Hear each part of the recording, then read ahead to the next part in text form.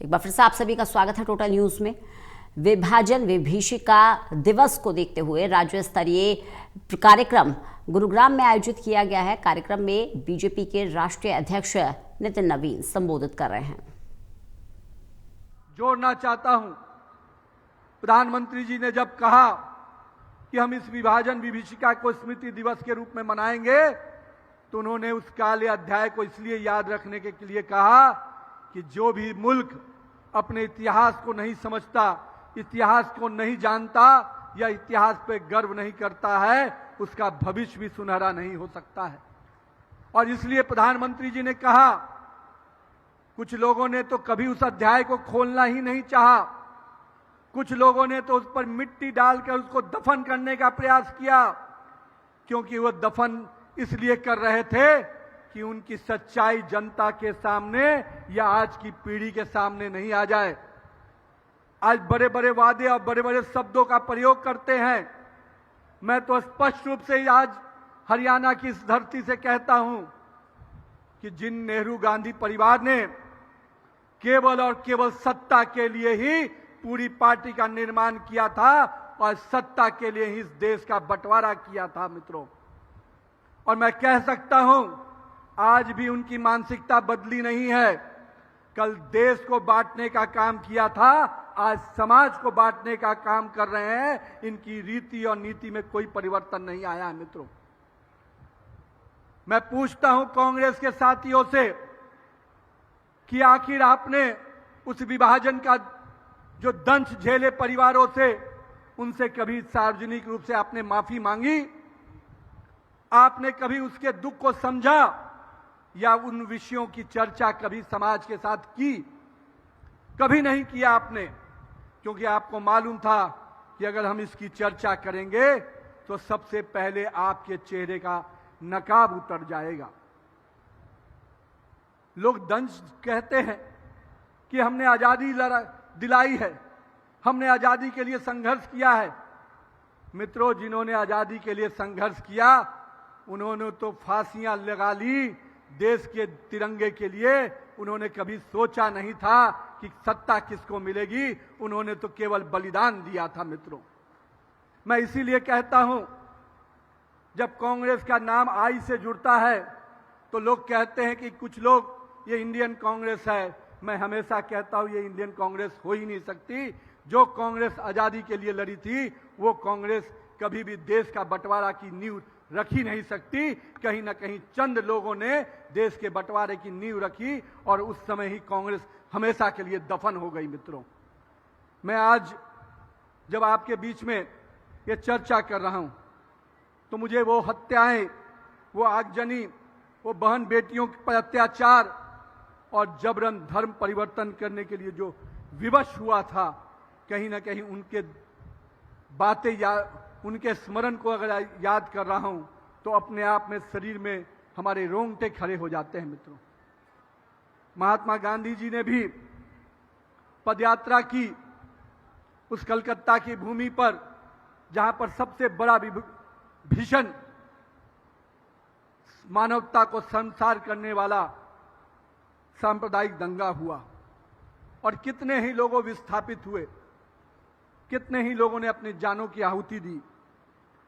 1947 में रावलपिंडी से पंजाब तक अनेक क्षेत्रों में हिंसा हुई और वो हिंसा महाविस्थापन की शुरुआत हुई जिसमें लाखों लोगों ने अपने जीवन का आहुति दी मित्रों।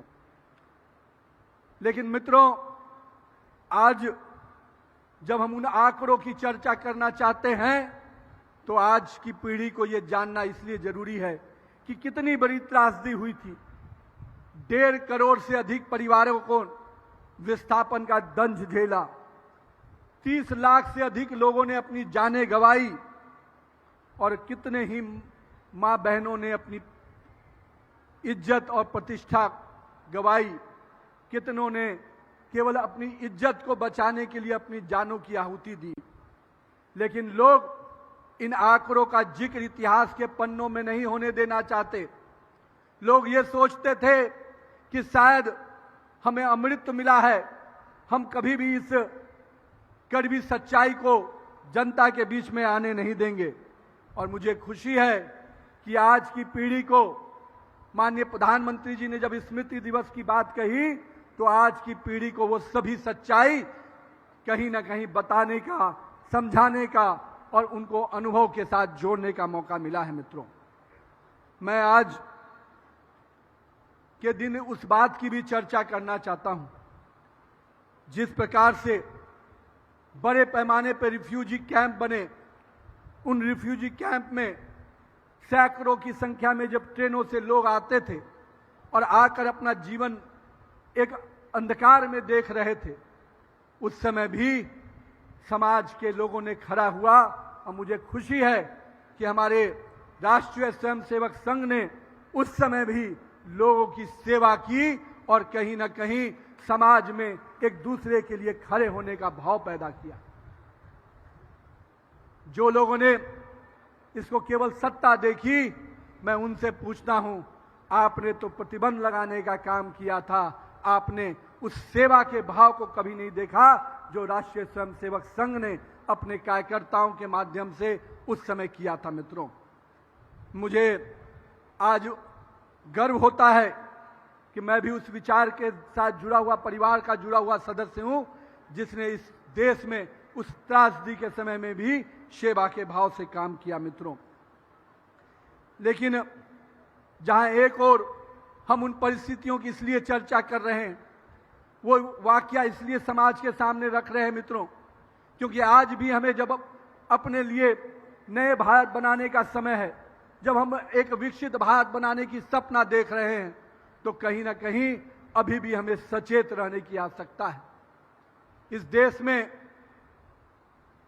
एक समय था जब कश्मीर को भी अलग कर रखने का प्रयास किया गया था। वो तो हमारा सौभाग्य है कि सरदार पटेल जैसे शख्सियत रहे जिन्होंने पूरे भारत के कई सियासतों को एक करने का काम किया, नहीं तो उस समय भी नेहरू जी के लिए वो सियासत भारत के अलग इलाके का ही भाग था, उसको भी किसी एक करने का काम किसी ने किया तो सरदार पटेल जी ने किया, जो कभी भी नेहरू के विचार से चलते तो कहीं ना कहीं ये रियासतें कभी भी भारत का अंग नहीं बनी होती। पर एक रियासत को नेहरू जी ने अपने लिए रखा था और कहीं ना कहीं उसका दंश आजादी के 70 साल तक हम झेलते रहे।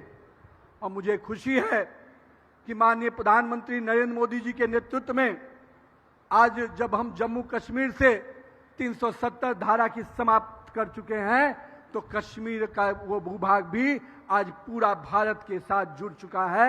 ये हमें गर्व कराता है। लेकिन मैं आज आपके सामने इसलिए इसकी चर्चा कर रहा हूं, कहीं ना कहीं हमें देखने की आवश्यकता है कि किस प्रकार से इतिहास के समय में लगातार केवल अपने लिए सत्ता बचाने के लिए किस प्रकार से उस समय के कांग्रेस के नेताओं ने, खास करके नेहरू परिवार ने, केवल इस देश को बांटने का काम ही नहीं किया, इस देश के दिलों में एक रेखा खींचने का काम किया जो एक बड़ी दीवार बन जाए, ताकि केवल सत्ता उनको मिलती रहे और देश के लोग एक सूत्र में बंध कर आगे नहीं बढ़ पाए। लेकिन मित्रों, इस देश की अपनी अपनी संस्कृति है।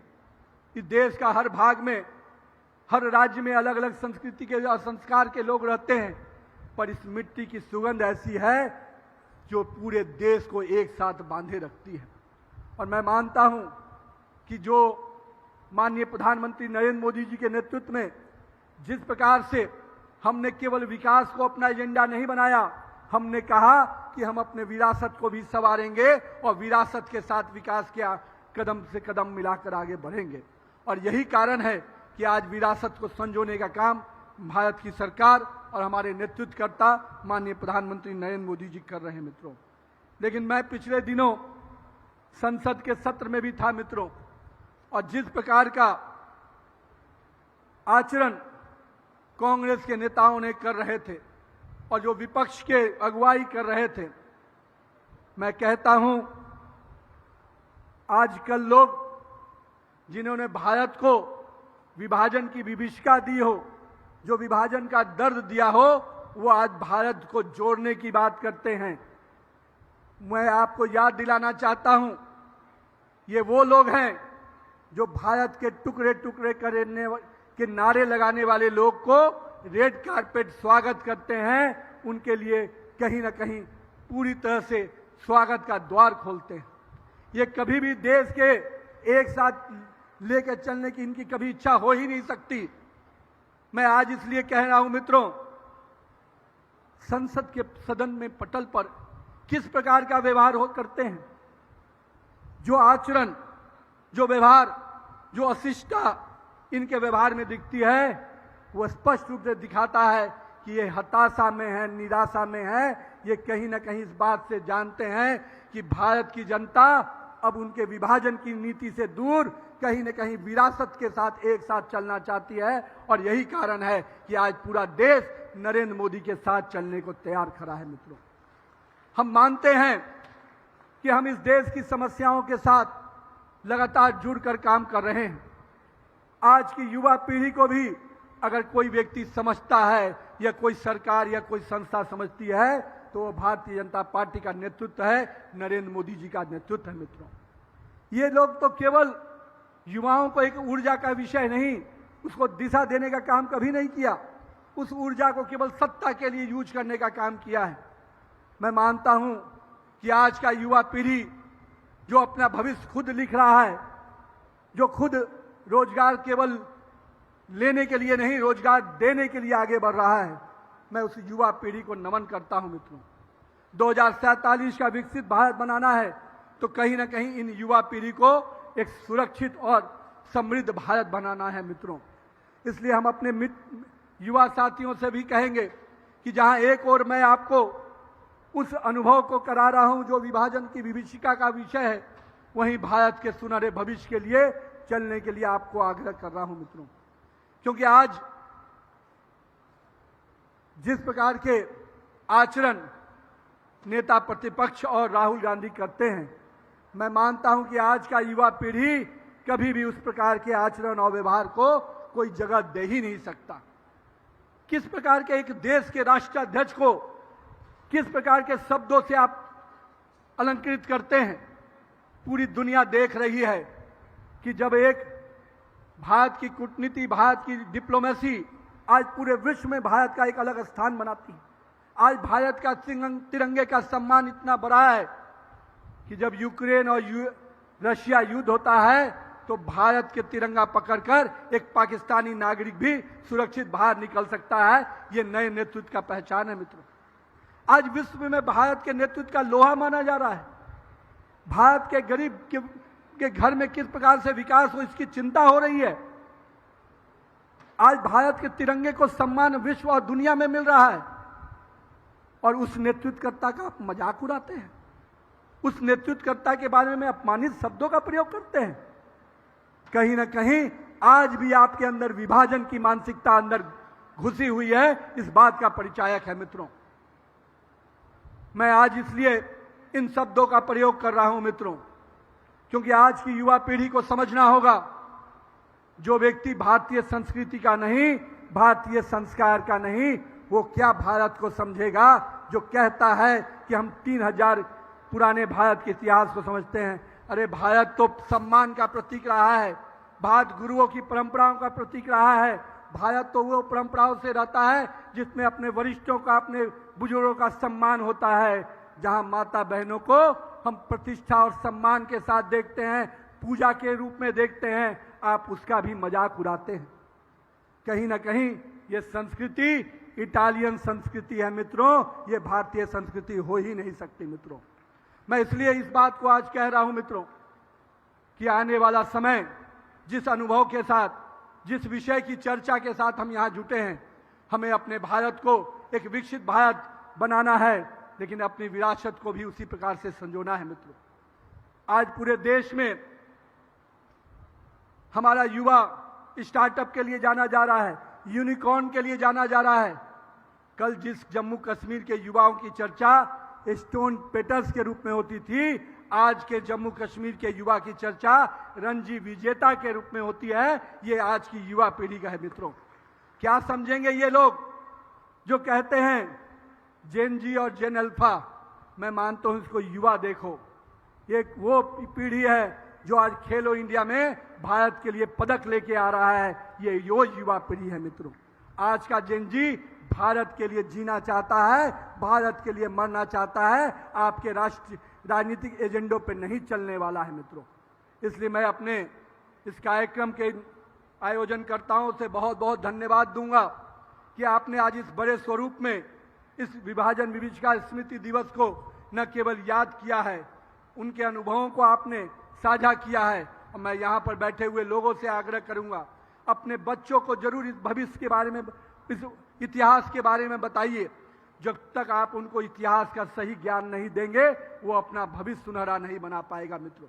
इसलिए हमारा संकल्प होना चाहिए कि हम अपने नई पीढ़ी को उन सभी अनुभवों को दें जिसके माध्यम से वो अपना अच्छा भविष्य बना पाए, अपने देश का भविष्य बना पाए, अपने राज्य का भविष्य बना पाए।